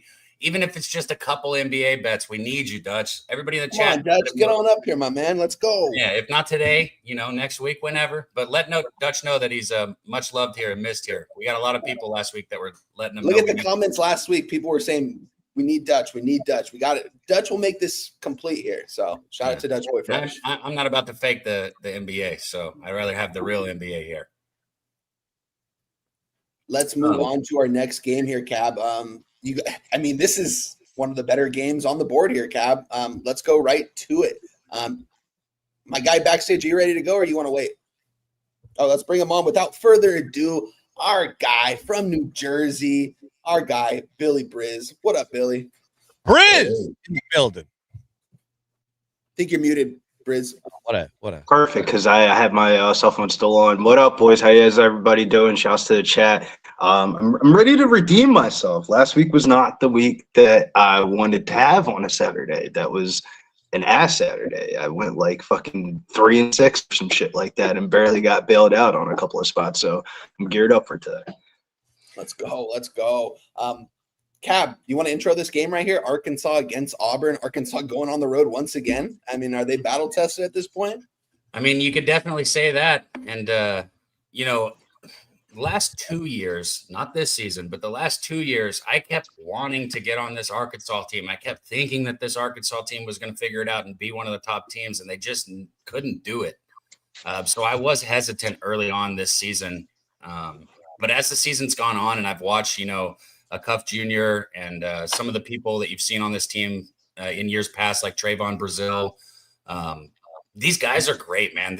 They're tall, lanky, they're athletic, they get after the ball, they're aggressive. If the ball's on the court, they're diving for it. They're a lot of fun to watch play the game of basketball. Like it's like they just kind of have that it factor. I don't really. There's not a stat or something I can quantify to what it is, but it's just like they seem to have that the X factor with this Arkansas team this year that for some reason they just didn't find the last couple of years. Really hitting the ball from deep, finally starting to shoot the three. They're the 13th best from range, shooting 39.2% on the season. I think Arkansas is the play here against an Auburn team that is way down this year. I mean, just look at not judging on the 9-6 record. Just look at how they've lost some of these games. Right, they were never in the game against Purdue. They lost to an A&M team on that final shot. Could have said they won if it got it off. Whatever. Everybody saw that, right? What an awful way to lose their last game to A&M. But this is an A&M team that I don't think is that great, right? This Auburn team, they're suspect to say the least. And I think Arkansas has proven a point on a warpath here. I like Arkansas. I'll probably get on them first half, even with the line looking the way it does. Just haven't bet it yet. Let's go. This is a tough game, Cab. I don't know if there's a team I've talked about more this season than Arkansas. I think they're well coached. I think they've got a pretty deep roster when it comes down to it in March. It's going to be a team I'm going to be backing. I'm not going to be backing them here in this game, though. I'm going to stay away from this one. This is a fishy line. I'm not going to lie. I got burned taking Ole Miss in a fishy situation earlier this week against Arkansas. Arkansas took care of business in that first half. Ole Miss showed a lot of heart. Same line, right? Or it was 4.5? That's a good question. I think 4 or 4.5. I thought it was a 1.5. I'm not sure. No, it was higher than that. It was like, I think I saw 4.5 or something like that. I think it was 4.5. It's a difficult spot here. I want to be on Auburn because they're the favorite here. I don't think Auburn's a good basketball team, though, so it just doesn't correlate enough for me. And even looking at the market here, guys, depending on where you're looking, I always look at a couple different spots. I trust odds logic the most, but I still always look at action just to see where they are on things. And right now, currently, Auburn has 52% of tickets and 59% of cash coming in on them. This line is at 2. It opened up at a 1, so the line is only moving towards Auburn. I'm looking at where these open up on sharp books more so, not the more public books. Probably could have gotten a better number, but I'm just looking at a couple sharp books right now. And then if we're looking at the action report, 30% of tickets and I think 20% of cash coming in on Auburn. So 2 different websites telling us 2 different stories here. it's not enough for me to move on Auburn, and I'm not going to fade a team that I really like in Arkansas. So I'm going to stay away from this game. I won't be surprised to see Auburn win this game, though. I'm not going to do it, though. Guns. All right. Yeah, I mean, well, nobody wants to take a side. How about we look at the damn total? Total's pretty damn high, right? We're seeing the ones. There's a reason for that. If you go look at the numbers on this one, there's two great offenses going against each other. You have Arkansas that's ranked 12th in offensive efficiency. They're 11th at 3-point percentage. And you got Auburn that's 13th in offensive efficiency. They're 7th in offensive rebounds. Not a great shooting team, but you're a good offensive rebounding team. So second chance opportunities, you do end up getting the points. And you have an Arkansas team that is not great defensive rebounding. They're 175th in the country in defensive rebounding. So I think there is a rebounding advantage here for the Auburn Tigers. Defensive edge does slightly go to Arkansas, but these teams are not great defensive teams. 62nd in the country for Arkansas and 106th in defensive efficiency for Auburn. And Auburn is kind of like hungry on this one, so I think they're going to come out strong off 2 back-to-back conference losses. Auburn is also 5-2 ATS at home this year, and this is Arkansas's only second true road, second time as a road dog this season. They're 0-1 ATS in those positions, but the total is what I'm looking at. High totals here, where last year when these two teams faced each other, as strong as those teams were, the totals were at the 150s. Now we're seeing 169, 170 on the board. That is a little bit of a correlation there because Arkansas is 6-0 to the over in their last 6 games. And by the way, this is the highest Arkansas total that we've seen all season long. And this team is on an over streak. And Auburn, every time they're a favorite, you got to take the over, 7-2 to the over when they are a favorite. What we're going to see here is points. Give me the over on this one. And if you guys don't get to 100 likes, I don't know what it's going to take to get to 100 likes on these videos. Do I have to Bud Dwyer myself? I don't know what it's going to take to get the clicks, get the views. I'll do whatever it takes, but please hit the like button. There's 100 plus you guys watching us on YouTube and more on Twitter. You guys need to support this show. So I'm just going to leave it at that. So over Arkansas, Auburn. I like it. Like it, Guns. I mean, the stats kind of support the eye test. I feel like the biggest difference between Auburn this year compared to like past years is like, you would come into the jungle and you're going to have a physical, hard game. This year's team is kind of more of like a run and gun type of team. So, I mean, teams aren't kind of afraid of them anymore. They don't have that fear factor. Bruce Pearl kind of retired and all that stuff. I'm a big fan of Arkansas and stuff like that, but I kind of like the total in this one. I definitely lean towards a bunch of points being scored. You look at Arkansas, the reason why they're number 15 in the country this year, they just got a bunch of fucking pro guards on the team. You get any team with Calipari's got a fucking ton of NBA guards, and Arkansas's got a bunch of NBA guards, but I kind of feel like what Guns was saying on the defensive rebounding numbers of like the one weakness that they have is the post.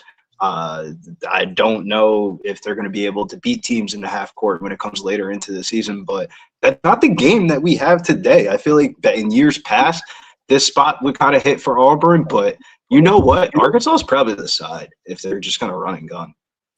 Man, shout out to my dude 2 Cents in the chat, man. Much love, 2 Cents. He said Arkansas pulls away in the second half from inferior teams.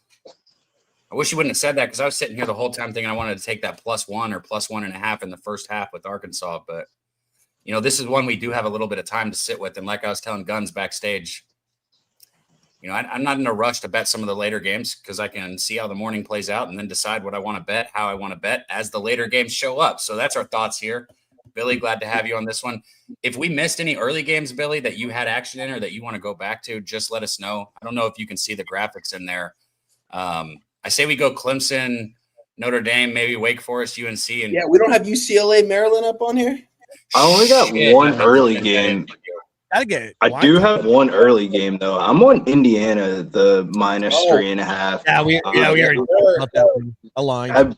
I also have a player prop in it. You guys probably beat down the side of the reasons why I think Indiana's the side. I mean, first things first. I was on Oregon last night. This has nothing to do with any correlation of last night's game. You just got to throw that editor's note out there.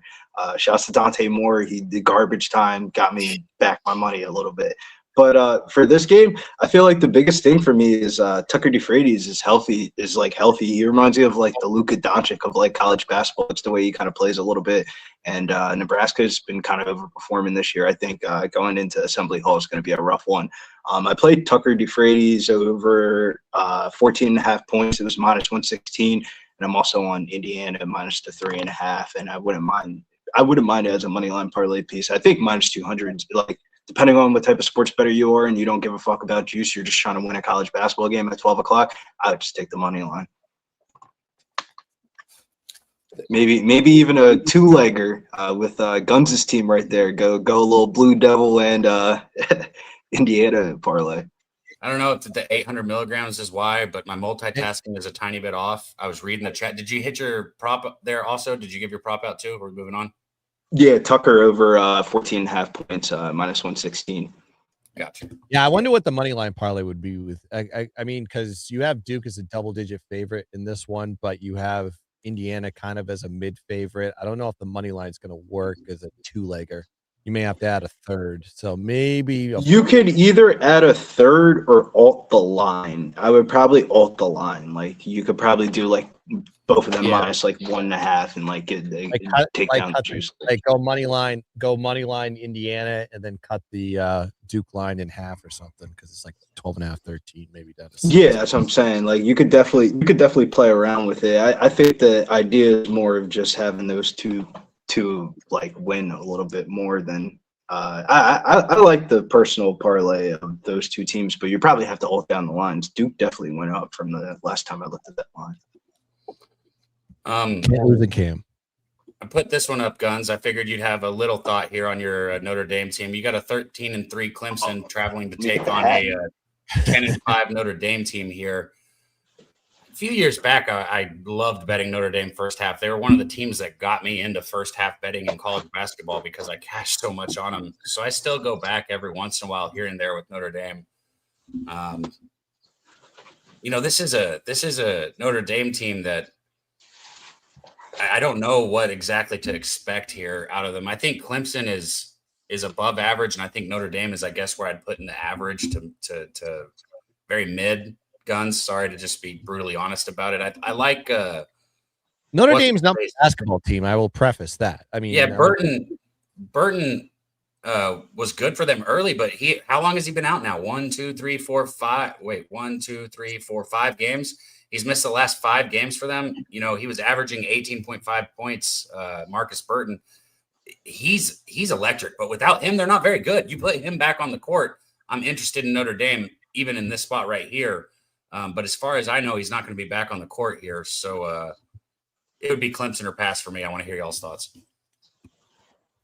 I mean, for me, I'm looking at this from home away splits on this one. You're seeing a very low total here at 133.5. I mean, that gives me an indicator we're probably staring dead nuts into an under. And you mentioned it about key players underperforming or not playing. But like 4 straight overs. Actually, they're 4-1 to the over. Notre Dame is in their last 5 home games. But this is the lowest total we've seen all season since they played Houston back in November. And that includes neutral floors as well. So I think we're probably looking like dead nuts into an under. I think both teams may struggle to score on this one. 2 good conference teams. And I'm looking at the other side here. Road under. This is the lowest total there for Clemson on the road. So the books are giving a very big indicator. We're probably looking dead fast and under. And if you look at Clemson in their last 7 games, they're 6-1 to the under. So I think we're probably looking at the trend here. And this is the lowest total in that sample size. If they're 6-1 to the under, this is the lowest total if it was number 8. So I'm going to be saying under on this game between Clemson and Notre Dame.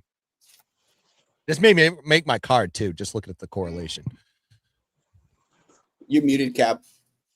We saw a game with 87 total points against Stanford with Notre Dame. So, yeah, I definitely can see the under. I mean, it was 47-40. What the hell is that? Right.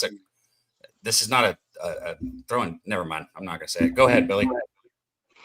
I mean, I'm not going to bet this game, but it's going to be a very super biased take. I'm not a big Clemson guy. I feel like every time I see Clemson on the board, I'm usually betting against them. I like Notre Dame here. I think Notre Dame could definitely get out a couple of these games in South Bend at home, especially if you're catching plus money on them. But there's another one where like I'm not a big totals guy, but this is a dummy low total, bro. 133.5, bro. Yeah. Some of them are like 135.5. DraftKings has 135.5. I see Hard Rock in New Jersey and Florida have 133.5. I'd take the over. So probably Notre Dame team total over for me. Notre Dame team total is 65.5. I definitely think if they're going to win this game, they're going to have to hit at least low 70s. I got a question for you, Billy. The chat asked, and I just want you guys to know we see you out there. Shout out to everybody in the chat, man. We already covered this game pretty much ad nauseum, but I wanted to hear your thoughts on it. Kansas, West Virginia. Did you have a bet in this one, or if you did you have a lean? Did you have a lean? Fun fact about me, I lived in West Virginia for like 3 to 6 months, like 2 years ago. 3 to 6. You would, and that was the most I could take of it. But It's like it's time to go. Yeah. yeah. But the one thing I was shocked about in West Virginia, dude, they get up for their sports, especially their basketball team. They burn like couches and they fuck their uncles. Yes, of I'm gonna course. say what the hills were pretty, the heroin wasn't.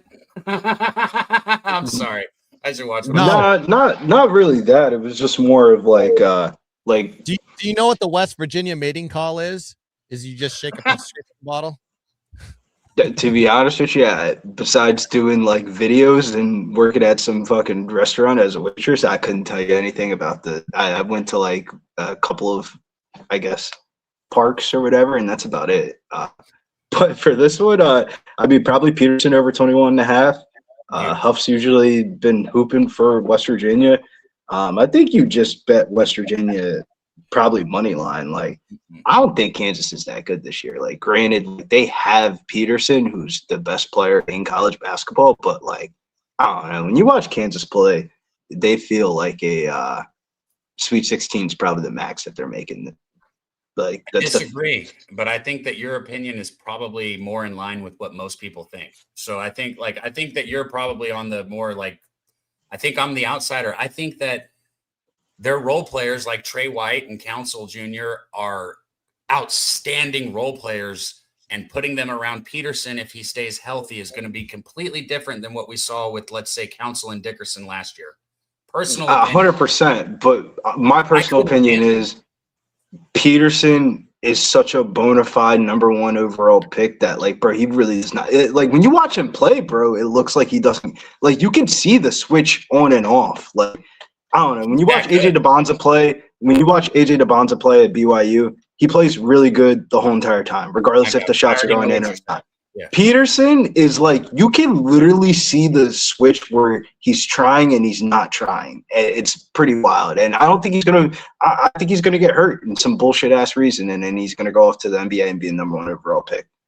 I have a feeling that he'll flip that switch on for a little while in March, but I agree with you on that. There's no question that he decides when he wants to put up 30 or when he wants to just kind of hang out and let other people play. But yeah, I agree. All right, well, so we'll see. Anyways, I am on Kansas, so I did bet that with Kansas. I bet Kansas against Missouri, and I was watching him play, and like he was just kind of like bullshitting, like, I'm not going to be a ball hog and like be a dickhead. Like, you know, he looks like a cool guy, like a guy that you would want to smoke and, you know, chill with off the court. But I don't know, he looked like he was just trying to like get the guys going. And it's just like, nah, dude, you're #1 overall pick in the fucking draft. Just go score for you and probably don't win. Right. I do think he's the best player in college basketball. It's no question. I actually made the comment to Dutch yesterday. I said I think he's the best player we've seen in college basketball in the last few years. Personally, 100%. But I like he's if you. I don't know. He's going to be a better pro player than a college player, in my opinion. Yeah, he's a superstar. He's going to be a superstar in the NBA. Anyways, guys, we'll get best bets from Billy, since maybe we didn't get to hear all of his that he wanted to give out. And we'll get best bets. We'll recap our best bets. Also, our guy Gorky's going to come on and give you guys some action. I did want to quickly touch on this game, and Guns, if you had any bets that we skipped, let you hit those. This one right here. What the hell has Kentucky done to be a 10.5-point favorite? That's my big question here. Like, this Kentucky basketball team doesn't have anybody that I trust to shoot the ball from the perimeter. I've gone over that multiple times, and I feel like every game it gets worse and worse, right? Losing to Missouri last game, losing at home to Alabama. And look, Owe is a good player, okay? Don't get me wrong. I think Owe is great, but he needs at least two people that can shoot a three around him for his type of game to be effective, right? And if you look on the other side, Josh Hubbard, I think he's probably the best player on the court. If I'm being honest, I think Josh Hubbard is better than any player on Kentucky right now.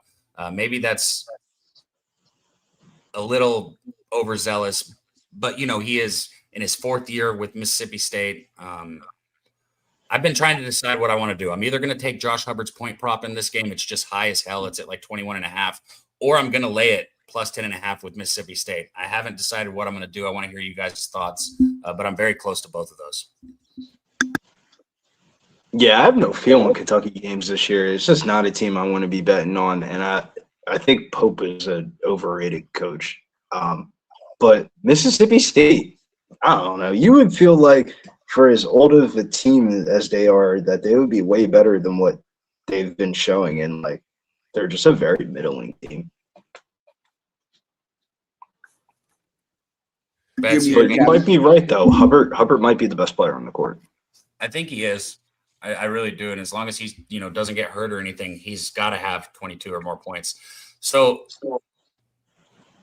very likely going to take Hubbard. This is a late game, so I got time to think about it. But shout out to our guy Swig, guys. Pubsportsradio.com. We played the commercial a little bit ago, but we're going to hit it again right here. Pubsportsradio.com. Go sign up for the confidence pool, man. You get to go against, all of us you see on screen, all of your cappers that you see in the shows, in the chat. And it's a chance to win a lot of money and have fun with your friends. So go sign up, pubsportsradio.com. Guns, did you or Wine Time have anything y'all wanted to say on this? I got nothing.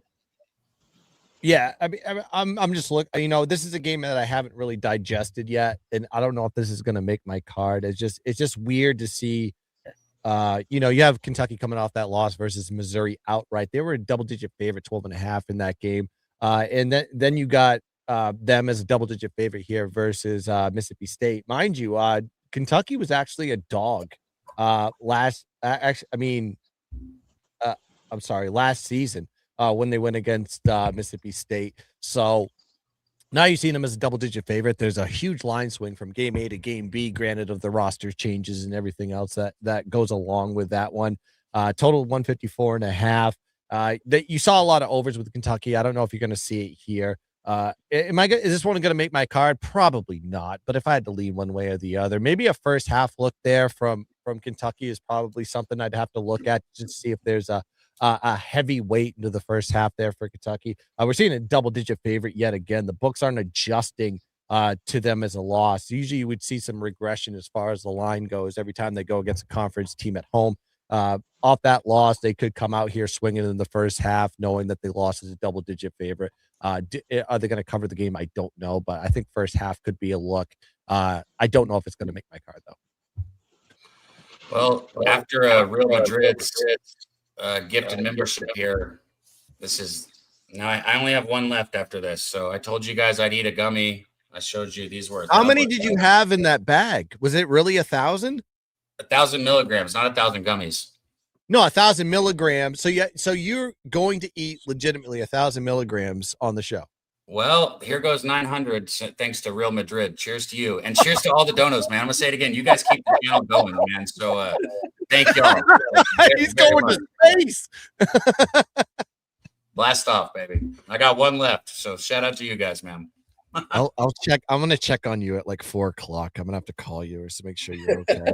I didn't know elbows were like. You're just going to melt into the couch and I'm just going to hear Pink Floyd in the background. I don't know what you're into. No, you're actually a rap guy. So you probably some like weird fucking lean music that you listen to. Weird what? Nah, man, money. I don't know. Like whatever, like, you have to drink scissor to fucking like get into it. It's just that fucking lean music. It's that lean. That is not, I listen to good music. I don't listen to 90s rap is way better than the fucking stuff you listen to. Let me say this. I didn't know that gummies were like shots because they tasted horrible the first few, but I don't taste the last two. I couldn't taste them. So yeah, who said it in the chat? Chappie Funk said he'll be asleep at 4. Yeah, you're right. Yeah. He'll be me and Wine Time just fucking high-fiving each other for the 12 o'clock. Hey, if these bets better go good. earlier, I will fucking go to sleep because if I'm not in a good mood and I'm super high, I'm going straight to fucking bed. Gee, shout out to Chris. We got like almost $100 in donos today on this show. Shout out to Kristen Hess. And this was going with here. Let's go ahead and get our guy Gorky up here with us, man. Yeah. Because I'm gonna take this for Kristen, but I also wanted to eat it with you, Gorky, and cheers you. Can't see you, Gorky, only half of you, but cheers, my dude. Yeah, he's going into space. Oh, let me fix it. He's gonna be flying on that plane. Well, you might not be able to see me because you're in fucking outer space. But there's that one didn't taste good again. Hey, Daby, are you okay? I don't think one has yet. Not right now. Earlier it was cool, but now it's gonna trip me out. I'm just kidding, man. I'm good. Let's go, baby. Bets are in. What are we doing? Why is Indiana a 4-point dog? Or why is Nebraska a 4-point dog? It's because they're going to get their dick kicked in by Indiana today. That's why. All right, so are you on the other side, Gorky? Because we got a panel excluding myself who is on Indiana here. So are you on the other side? Fuck right I am. Let's go. Nebraska gets the job done today. I'm always on the wrong side of Gork. And so then, Wine Time, Billy, and Guns. I agree with you guys on the Auburn spot. Auburn gets their dick kicked in. I didn't say that. I said the over. I said points. Because Brazil might be the best player on the court. The country? No, on the court. Oh, Brazil. For who? In the Arkansas game? Yes. He's not even better. He's not even the best player on the team, but he is very good. Bro, who is? A Cuff Jr. is the best player on the team. That's true. Stop it, Gorky. They got like 3 NBA players on there before you get the Trevor Brazil, who's been there for 4 years because nobody wants him. Come on, dog. Do him the honor. His name is Trevon, no bullshit, bro. He's the only person that's been on that team for 3+ years, bro. That's probably because he's not that good. That's not necessarily true. He may want to develop and become a great. If he was that good, he would have got paid some NIL money in the NIL era to go somewhere. If I was good at producing, I'd have a button that would play and it'd be like ding ding, and it would put boxing gloves up and Billy on one side, Gorky on the other, and then you'd each get 30 seconds. Is Trayvon Brazil a good basketball player? Look, I do think Arkansas is a better team here too, and I might join you, but he's not the best player on the court or the team. No, but I think Arkansas is the right side. I don't care about single players. I don't play props in basketball. Got you. So give me the better team at plus money. Okay, so you got Nebraska, you got Arkansas. Do you have other college basketball action or just no, those? sir, I do not. That's it. Hey, 2. That's good, man. 2 college basketball bets. I know last week you didn't really have any college basketball, I don't think. So I did. I took no, you're right, I didn't. But I did take Auburn. I did take Arkansas double result and made a lot of money. Oh, no, you gave that out. You did give out the double result on Arkansas, I think. All right, guys, I'm going to recap my bets. I want Wine Time to do his. If you have questions in the chat, if there's a game that we didn't talk about, because I know there's a lot, drop it. Guys on panel, if you have your best bets for NFL, NBA, anything that you didn't get to give to the people and you want to give it to them, now's the time to give it to them when we go through this. So for me right now, I got Kansas. Call it a trap if you want. I don't care. I took the 3.5 with Kansas. I took Jacoby Gillespie over 2.5 threes. Shout out to my dude Chill Will for getting me to look at that right there. It's plus 110. He plays for Tennessee. I took Houston first half -1. I'm going to be on Josh Hubbard's point prop. I think it's 20.5 or 21.5. I'm going to go in and bet it after this when I can pay attention. And then I'm also probably going to take the first half with Arkansas. I just haven't done it yet. I'll post it if I do. So those 4 bets are official, and I might make the 5th one. Wine Time. Yeah, let's get right to it. Florida -5, -110. Indiana -4, along with Rink Most over 15.5 points. Baylor plus 1.5 in the first half, -110. Creighton -1 at -115. And a game that we have not talked about. Didn't have a graphic for it. It's all good. I mean, I understand why, because both these teams have been awful, especially going down the stretch, and that's UCLA and Maryland. Maryland coming to the West Coast, though. UCLA is I'll going to make you a banner. Listen, UCLA has been playing a really bad brand of basketball.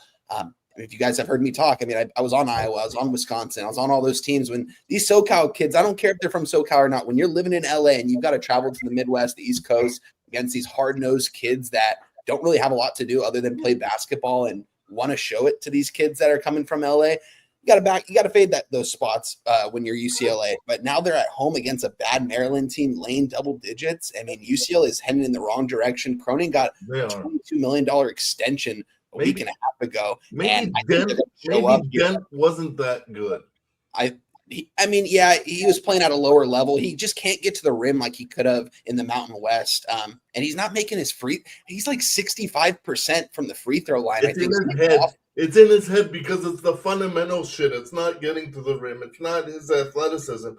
He's not an athletic player to begin with. I need you to be the point guard, motherfucker. I need you to organize everybody. Shout out to Daby Cab for the graphic on there, Buzz.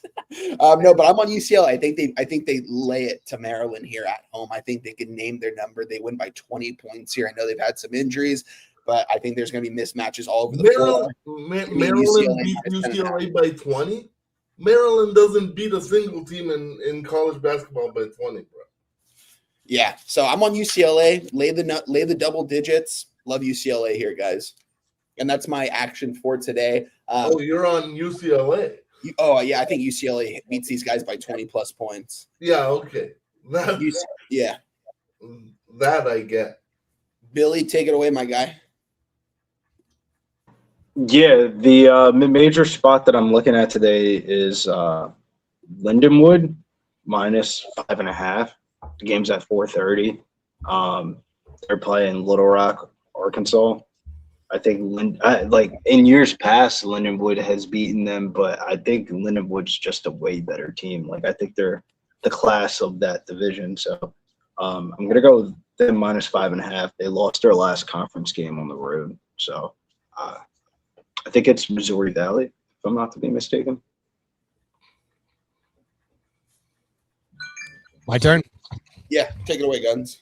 All right, my best bet is Dabby's going to be talking like Gorky within the next hour. And actually, Gorky, if you ever talk to him backstage, he's like a normal, sophisticated, like finance guy. Very smart. He can walk around, but then he takes like 1,000 milligrams of gummies, and that's why you see him like that there. So, it's part of his bit. So I didn't want to break down the fourth wall for everybody, but that's kind of what happens. All right, but let's go into the best bets. I want to. Yes, sir.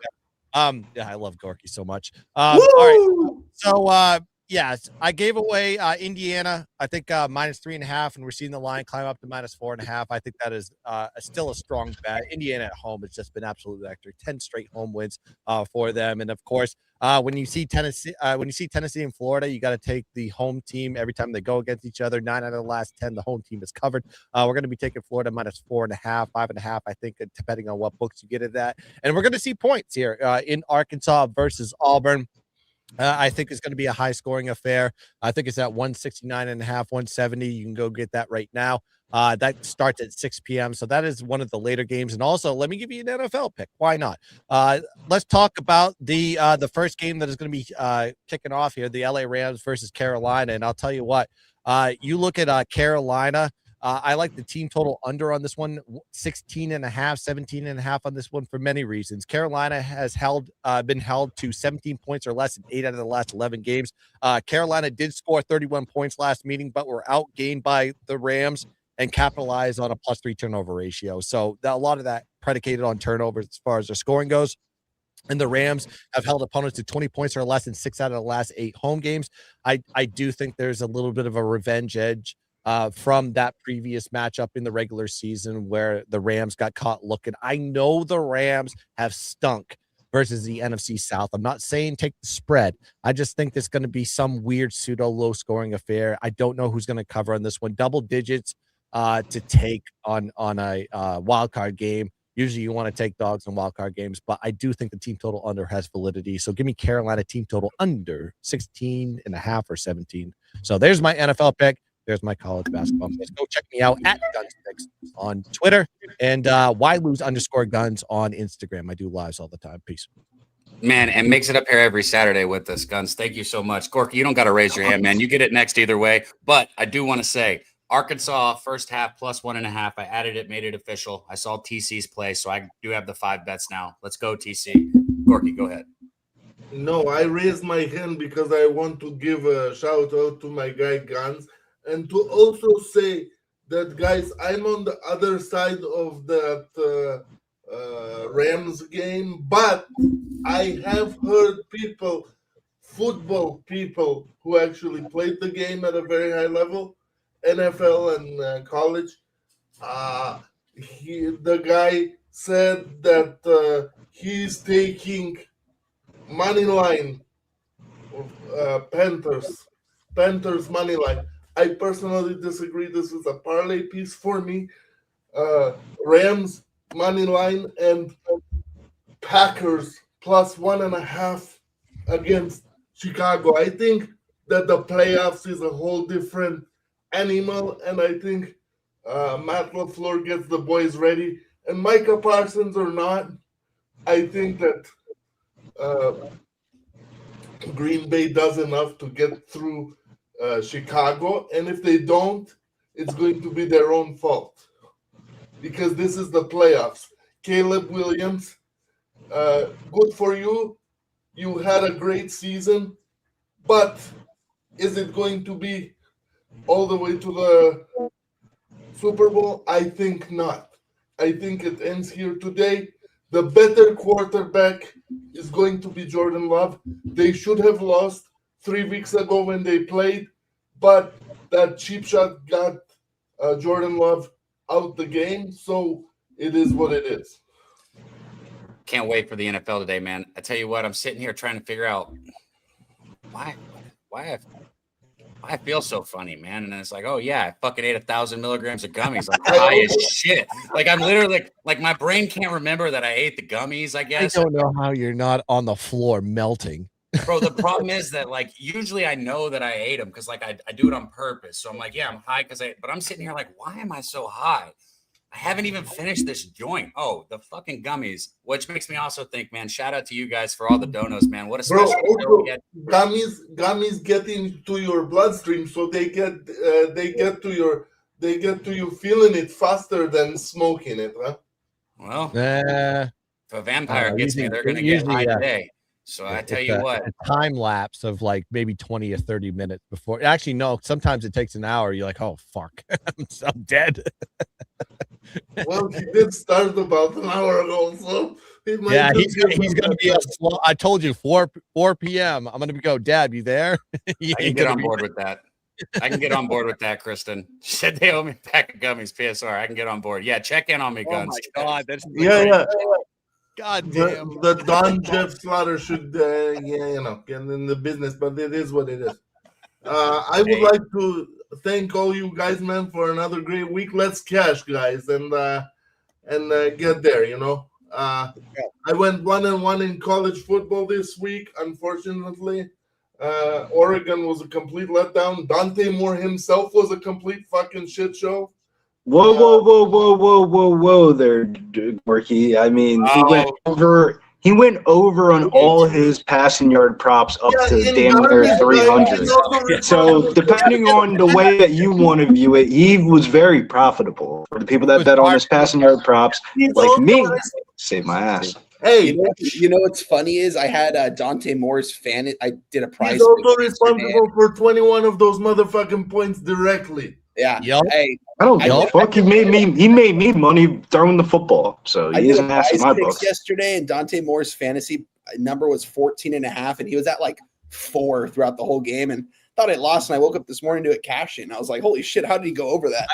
I want to answer the William and Mary question. William and Mary was a cash machine for like 3 months, 2.5 months. I was like, they're due for regression. I think the last 2 they have not covered. Be careful with William and Mary. We need to like observe this team. This cash machine may be like falling off a cliff. Be careful with William and Mary. Sorry.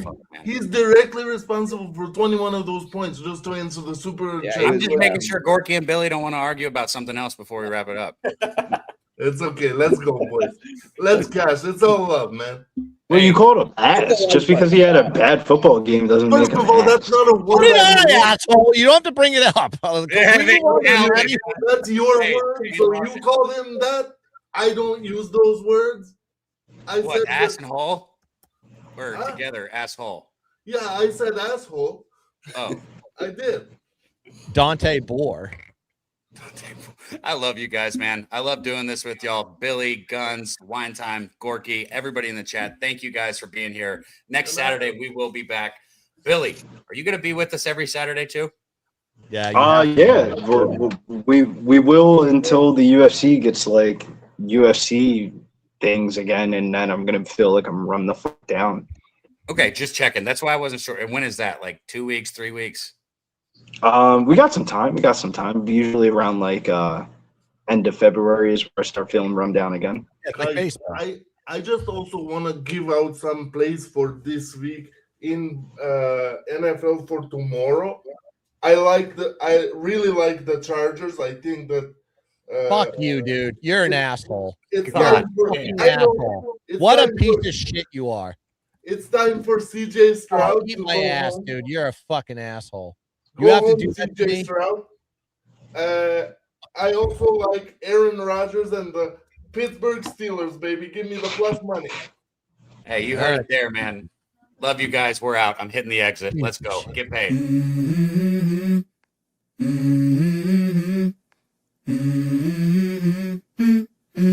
Let's go. I wake up to a little bit of drool on my pillow, feel like it's gonna be a bad day. Yeah, I'm tired of shit, and the coffee ain't hit yet, damn, ain't that great. I don't wanna go to work, cause my boss is a jerk, and I'm not even that paid. I need a change in my life, cause I don't feel alive, and there's nothing that makes me happy. Hold my beer for a minute, I'm about to quit my job, cash in for a ticket. I'm going on a trip and I don't plan to visit. I'm gonna stay there till I feel like I'm winning, and this is just the beginning. I need a big change, help me feel like living.